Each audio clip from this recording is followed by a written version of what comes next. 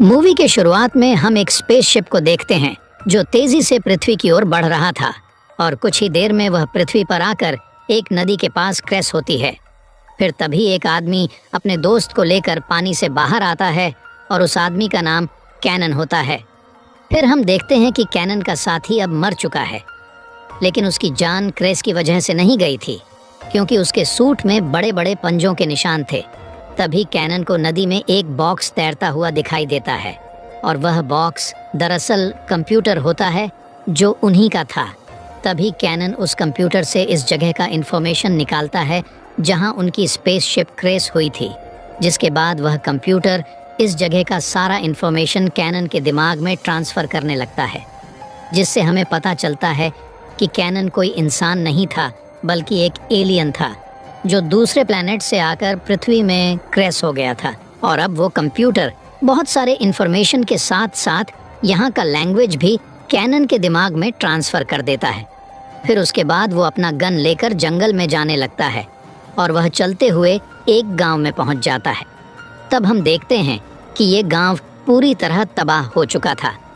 तभी कैनन की नज़र एक दरवाजे पर पड़ती है जिसमें बड़े बड़े पंजों के निशान थे, जिसे देखकर वो समझ जाता है कि ये निशान पृथ्वी के किसी भी जानवर का नहीं हो सकता, क्योंकि ऐसा जानवर सिर्फ उसके ही प्लैनेट में पाया जाता है। तभी अचानक से कोई इंसान कैनन पर हमला कर देता है, जिससे उसकी गन नदी में गिर जाती है और वो भी बेहोश हो जाता है। तब हमें पता चलता है कि कैनन पर हमला करने वाले आदमी का नाम वुल्फ्रिक था और वुल्फ्रिक उसको लेकर अपने गांव आता है। उसके बाद हम गांव के राजा को देखते हैं जो अपनी बेटी को कहते हैं कि वह वुल्फ्रिक से शादी कर ले, लेकिन उसकी बेटी जिसका नाम फ्रेया होता है वो शादी करने से मना करती है। इसी दौरान वहाँ पर वुल्फ्रिक आता है और राजा को बताता है कि हमारा पड़ोसी गांव पूरी तरह से तबाह हो चुका है, पर हमें पता नहीं चला है कि वह हमला किसने किया था।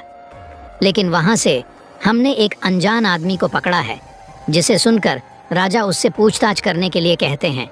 तभी वुल्फ्रिक कैनन के पास जाकर उससे पूछता है कि उस गांव में हमला किसने किया था, जिस पर कैनन बताता है कि उस गांव पर हमला एक मॉन्स्टर ने किया था और मैं उसी का शिकार कर रहा था, जिसे सुनकर वुल्फ्रिक हंसने लगता है। तभी कैनन उन पर हमला करके वहां से भागने की कोशिश करता है, लेकिन वो तीनों फिर से उसे पकड़कर वहीं बांध देते हैं। फिर उसी रात हम देखते हैं कि अचानक से वही मॉन्स्टर उनके गांव पर हमला करता है और गांव के बहुत सारे लोगों को मार देता है। फिर वह उनमें से कुछ लोगों को लेकर वहां से चला जाता है। उसके बाद गांव के राजा कैनन को अपने पास बुलाते हैं और उससे पूछते हैं कि ये हमला आखिर कर कौन रहा है और तुम उसके बारे में क्या जानते हो, जिस पर कैनन बताता है कि उस मॉन्स्टर को हमारे लोग मॉर्विन कहते हैं और वो मेरे स्पेसशिप में छुपकर यहाँ आया था जो तुम्हारे गांव के पास क्रैश हुआ था, और वह बहुत ही खतरनाक मॉन्स्टर है। उसके सामने जो भी आता है उसे वह मार देता है, लेकिन उसकी बात पर कोई भी विश्वास नहीं करता। तभी कैनन कहता है कि अगर उसे मारना चाहते हो तो मुझे भी अपने साथ ले चलो, जिस पर वो लोग अगले ही दिन कैनन को साथ लेकर मॉर्विन की तलाश में जंगल की तरफ निकल जाते हैं। फिर वो लोग जंगल में थोड़ी दूर आगे जाने के बाद एक गुफा में पहुंचते हैं, जिसके अंदर जाने पर एक बहुत बड़ा भालू उन पर हमला कर देता है और राजा को मारने ही वाला था कि तभी कैनन वहां आकर अपनी तलवार को भालू के पेट में घुसा देता है, जिससे उस भालू की वहीं पर मौत हो जाती है। तब ये देखकर वो लोग कैनन को पसंद करने लगते हैं और उनकी नज़रों में कैनन की इज्जत भी बढ़ जाती है। अब भालू को मारने की खुशी में वह सभी लोग पार्टी करते हैं और खुशियाँ मनाते हैं, क्योंकि उन्हें लग रहा था कि उन्होंने मॉर्विन को मार दिया है। फिर उसी रात पड़ोसी गाँव के राजा गनर उनके गाँव पर हमला कर देते हैं, क्योंकि उसे लग रहा था कि इन्होंने ही उसके गांव पर हमला करके उनके लोगों को मार दिया है और अब इन दोनों गांवों के बीच युद्ध शुरू हो जाती है। तभी गनर एक एक करके सभी को मारने लगता है, लेकिन इस गांव के लोग गनर के लोगों पर भारी पड़ते हैं और गनर के बहुत सारे लोग मारे जाते हैं। इसीलिए उन लोगों को वहां से भागना पड़ता है और वो लोग वहां से निकलकर जंगल में आ जाते हैं। फिर कुछ देर बाद जब वो लोग जंगल में होते हैं तभी मॉर्विन गनर के साथियों पर हमला कर देता है। तब गनर भी उससे लड़ने जाता है, लेकिन जब गनर उस भयानक मॉन्स्टर को देखता है तो अपने साथियों के साथ वापस उसी गांव की तरफ भागने लगते हैं और तभी उस गांव के लोग भी मॉर्विन को अपनी तरफ आता हुआ देख लेते हैं। तब उन्हें यकीन हो जाता है कि ये कोई भालू नहीं बल्कि उससे भी भयानक कोई चीज है, जिसे देखकर राजा बहुत परेशान हो जाते हैं और कैनन से उस मॉन्स्टर को मारने का मदद मांगते हैं। जिस पर कैनन कहता है कि अब उस मॉन्स्टर को मारने के लिए हम एक जाल बिछाएंगे। इसीलिए वह अगले दिन गांव के सामने एक बहुत बड़ा गड्ढा खुदवाता है और उसमें बहुत सारा तेल डलवाता है। दरअसल उसका प्लान ये था कि वह किसी तरह मॉर्विन को इस तेल के गड्ढे में गिराकर उसमें आग लगा देगा ताकि वह जलकर मर जाए। उसके बाद रात में हम देखते हैं कि कैनन फ्रेया को अपनी पास्ट की कहानी बताता है और कहता है कि मैं एक दूसरे प्लैनेट से आया हूँ और हमारे प्लैनेट में काफ़ी एडवांस टेक्नोलॉजी का यूज़ किया जाता है और हम अपनी दुनिया की आबादी को बढ़ाना चाहते थे। इसीलिए हमने एक प्लैनेट ढूंढा जिसमें करोड़ों की तादाद में मॉर्विन्स रहा करते थे। तब हमने उस प्लैनेट पर हमला कर दिया और न्यूक्लियर बॉम्ब गिराकर वहाँ के सभी मॉर्विन्स को मार डाला। फिर मॉर्विन्स के बॉडी को दफनाकर हमने अपने जैसे लोगों को वहाँ पर आबाद कर दिया और मैं भी अपनी फैमिली के साथ वहीं रहने लगा। लेकिन एक दिन जब मैं अपने मिशन के लिए जा रहा था तो रास्ते में हमें पता चला कि एक मॉर्विन बच गया था और हमारे जाने के बाद उसने वहां घुसकर वहां के सारे लोगों को मार दिया, जिसमें मेरी फैमिली भी थी, जिसे कहते हुए वह काफी इमोशनल हो जाता है। उसके बाद कैनन और वुल्फ्रिक मॉर्विन को ढूंढने के लिए बाहर जाते हैं। तभी कैनन एक मशाल जंगल की तरफ फेंकता है और अब उसकी रोशनी में उन्हें वे मॉन्स्टर मॉर्विन दिखता है।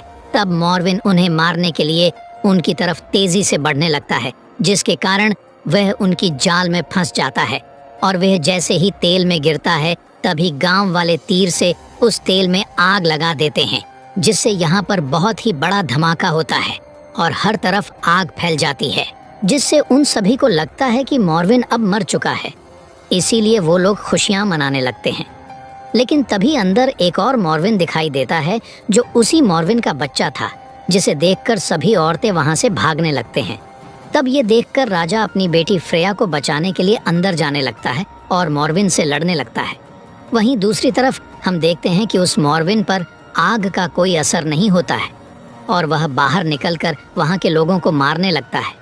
वहीं दूसरी तरह हम देखते हैं कि इस सब में यहाँ का राजा भी मारा जाता है और वह पूरा गांव तबाह हो जाता है, जिसके बाद अगले दिन सभी लोग गांव छोड़कर जाने लगते हैं।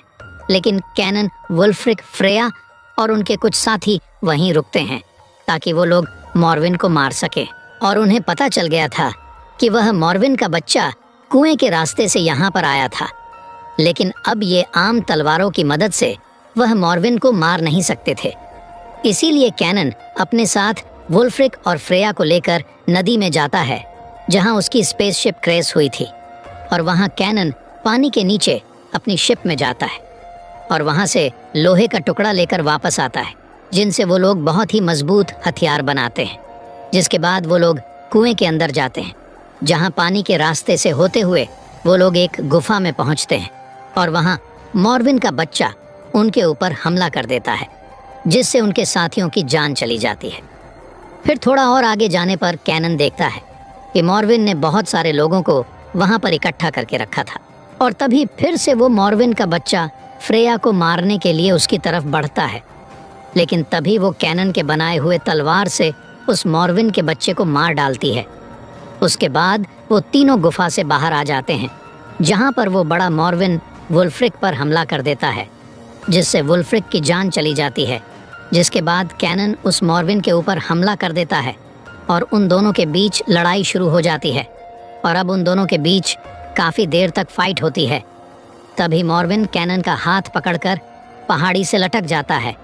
इसीलिए कैनन अपनी तलवार से मॉर्विन का हाथ काट देता है, जिससे मॉर्विन पहाड़ी से नीचे गिरकर मारा जाता है। जिसके बाद वो दोनों किसी तरह वहाँ से निकलकर पहाड़ी के ऊपर आ जाते हैं और तभी वो दोनों गांव के लोगों को भी देख लेते हैं जो नाव से जा रहे थे। तब वो दोनों आवाज़ देकर उन्हें वापस बुलाते हैं। उसके बाद कैनन अपनी शिप के पास जाता है, जहां उसका ट्रैकर डिवाइस भी एक्टिवेट हो गया था। इसलिए अब उसके दूसरे प्लेनेट के लोग उसको लेने के लिए यहाँ आ रहे थे, पर कैनन को लगता है कि कहीं वह लोग मॉर्विन के प्लेनेट की तरह यहाँ भी कब्जा न कर ले। इसीलिए वह अपनी तलवार से उस ट्रैकिंग डिवाइस को तोड़ देता है, जिससे उसके लोगों की स्पेसशिप वापस चली जाती है। उसके बाद हम देखते हैं कि कैनन को उस गांव का राजा बना दिया जाता है और वह फ्रेया से शादी भी कर लेता है, और इसी के साथ ये मूवी यहीं पर खत्म हो जाती है।